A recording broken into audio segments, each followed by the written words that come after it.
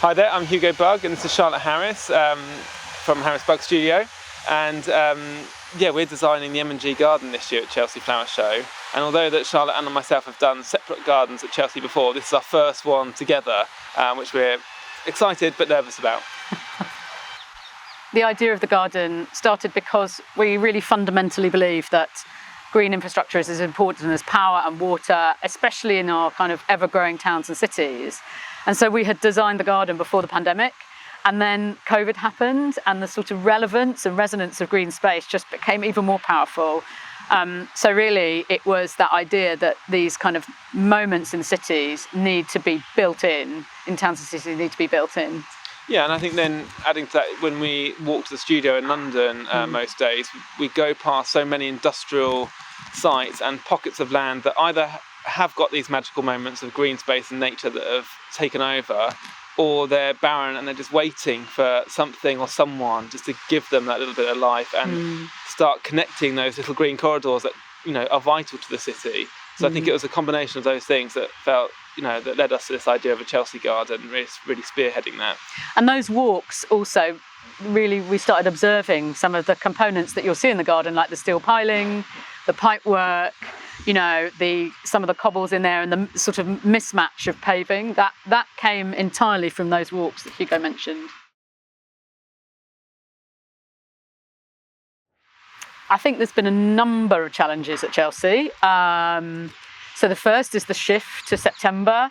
We have never done a Chelsea in September. Nobody else has, truthfully, and the nursery hasn't. So it's about really embracing that autumn, but also not losing your nerve, because I think there's also been enough time for us to have even more worrying nights and go, oh, maybe we should do this differently or this. And it's just holding your nerve and saying, actually, what we've designed is right, and we don't need to make any significant changes in that. Yeah, and it's been quite difficult, I think, to hold that nerve. You sort of have to like reassure each other, say, no, just because we've got another 6 months to think about it, we have made a good decision. Let's leave it like that and try and just let it go. I think one of the most exciting parts of the planting this year, and actually one of them's happening today, is seeing these huge 9-metre high Nyssa coming in.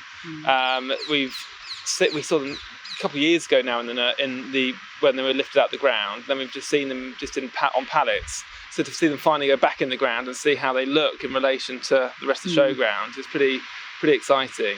And as well as the trees, I think we're both really excited to see how the planting comes together, because we've never planted an autumn show garden, and the colours in the plants that are really coming through and the beautiful senesced kind of seed heads are looking really spectacular. So I think we're both really excited about that, aren't we? Yeah.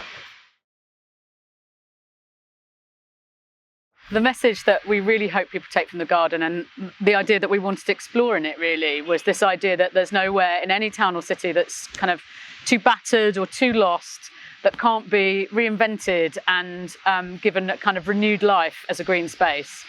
I think also adding to that, this idea of a shared space, and that's shared for both people and for wildlife. We wanted to create a garden that everything and everybody could just go and enjoy and have a moment of peace and tranquility in.